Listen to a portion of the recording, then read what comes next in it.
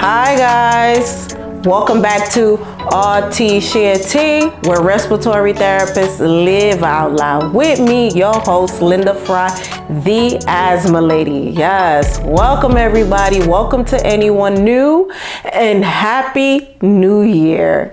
Yes, we all made it to 2024, which is a true blessing. Because as we all know, there's a lot of people that did not make it.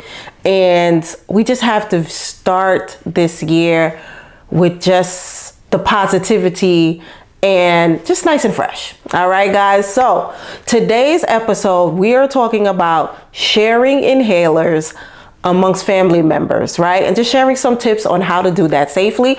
But before we go into the episode, I just want to let everyone know, for those of you that are on the medication Flovent, which comes as an inhaler and a discus, an FHA and a discus, as of January 1st, 2024, Flovent has been discontinued. So for those of you that are on an inhaled corticosteroids, those with persistent asthma, please make sure that you go back to your provider to get a substitute or an alternative for Flovent. All right. So if you can't physically go to the doctor, then go for a televisit just to make sure you are covered. All right, guys. So we want to make sure that everybody got the memo. Okay. All right. So now going back to the episode of sharing inhalers within the family. All right. First and foremost, it is not appropriate for anyone to share inhalers with anyone else. Everyone should have their own inhaler. But we do understand within some families where it is necessary to share inhalers because of cost.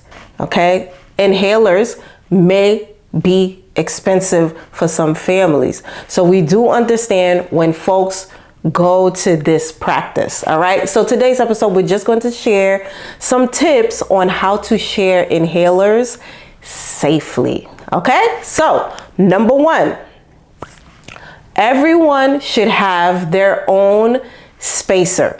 Okay. So a spacer is something that makes breathing in the medication and getting to your lungs efficiently. All right. So it makes sure that it gets where it needs to be. It cuts down coordination and it just really makes sure that you get all the medication in.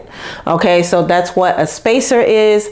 And you can get one from your insurance. Most insurance cover at least one a year. Or you could go to Amazon and get one for under 20 bucks. All right. So when it comes to sharing, you can share the inhaler, but make sure everyone has their own spacer. And this really helps with, once again, safety. Okay. So yes, so that's tip number one.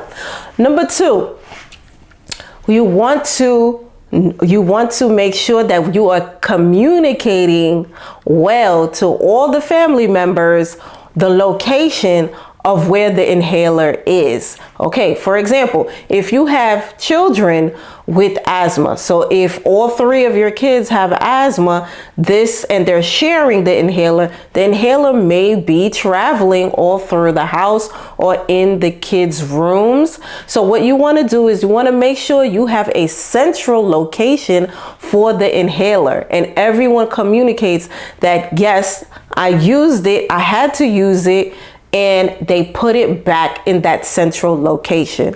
Okay, so communication is key in regards to location. So it could be in a drawer, it could be in the bathroom, whatever. We want to make sure that all the family members are aware where the inhaler is in case of an emergency and people are not fumbling around looking for the inhaler.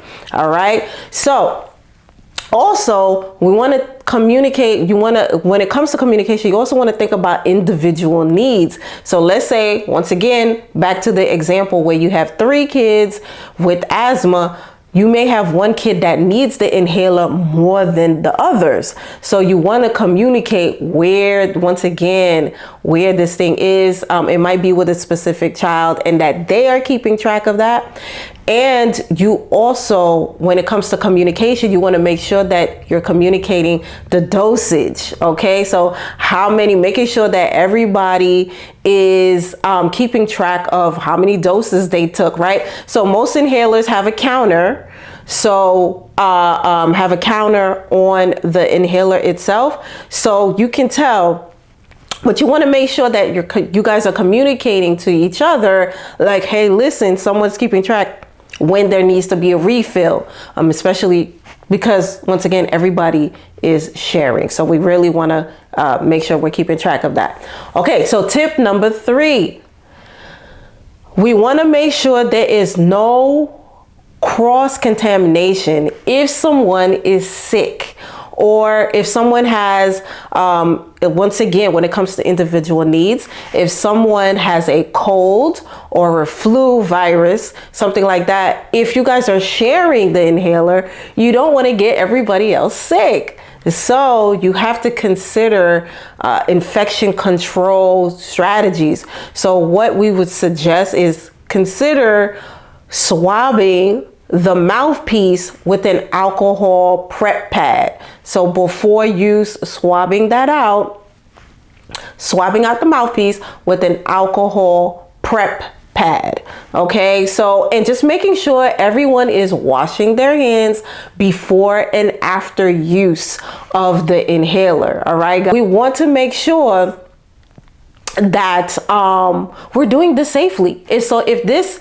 is something that your family does or have to do, because once again, we do understand that the price of medication is going up. So we do have compassion for those and empathy for those that have this as a barrier. So we get it. You know, folks have to take out a loan pretty much to buy medication, and this is just a sad and scary time. And so we do understand these practices, but once again, we want to make sure that everyone is being safe. All right, guys. So remember that we want everyone to have their own inhaler, but if you can't, it is best to follow these tips. All right, guys. So that's all I have for you today. Okay, so that's all I have for you guys today. Know that you can also check with your pharmacy to see if there's any medication assistance program. You can ask for a care coordinator to see if there's any help in your local region when it comes to medication. So, you know, we want folks to have access to whatever resources that can help with these issues. All right, guys. So yes, thank you so much for being here with me today. I just want you to know that we have so much to come this year. It's very excited for 2024. More guest speakers, more topics, more information to share, and we just have a few new projects. So look out. I just want you guys to know, for those of you who are asthma educators and who want to, you know, work with asthma patients or anything, we have worksheets now available. Yes, look at these. I don't know if you can see them, but they're colorful. And I have them on Etsy as a bundle. Okay, and I will put that in the description for anybody that needs it. All right, guys. So yes, once again, Happy New Year. And remember to invest in yourself and to only compete with yesterday's version of you. I'll see you next week. Bye.